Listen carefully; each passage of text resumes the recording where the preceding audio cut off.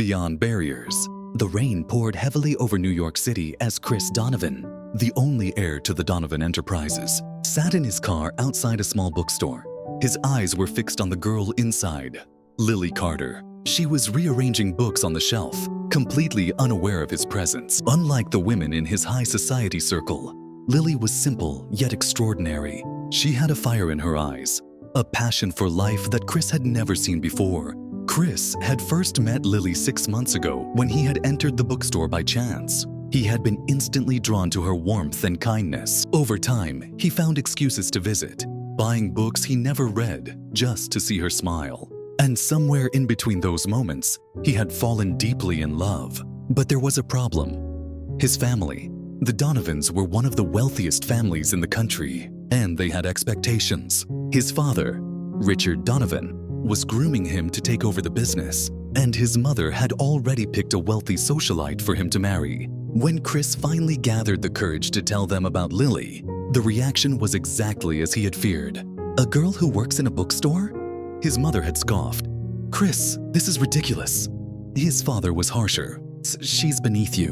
End this nonsense before it ruins our reputation." Chris refused. He loved Lily and he would fight for her. But then something unexpected happened. Lily disappeared. One day, she simply wasn't at the bookstore. He tried calling, but her phone was switched off. Panicked, he searched everywhere, only to find out that she had quit her job and moved away. For weeks, he felt lost, until one night, he received an anonymous message. "If you love her, come to the old bridge at midnight." His heart pounded as he drove through the empty streets. When he reached the bridge, he found Lily standing there, shivering. But before he could go to her, a man stepped out of the shadows. "You shouldn't have come, Donovan," the man sneered. Chris realized that this wasn't just about his family's disapproval. Someone had forced Lily to leave. He clenched his fists. "Who are you?" Lily's voice trembled. Chris, run." But Chris wasn't going anywhere. He fought for what was his, taking down the man who had threatened Lily.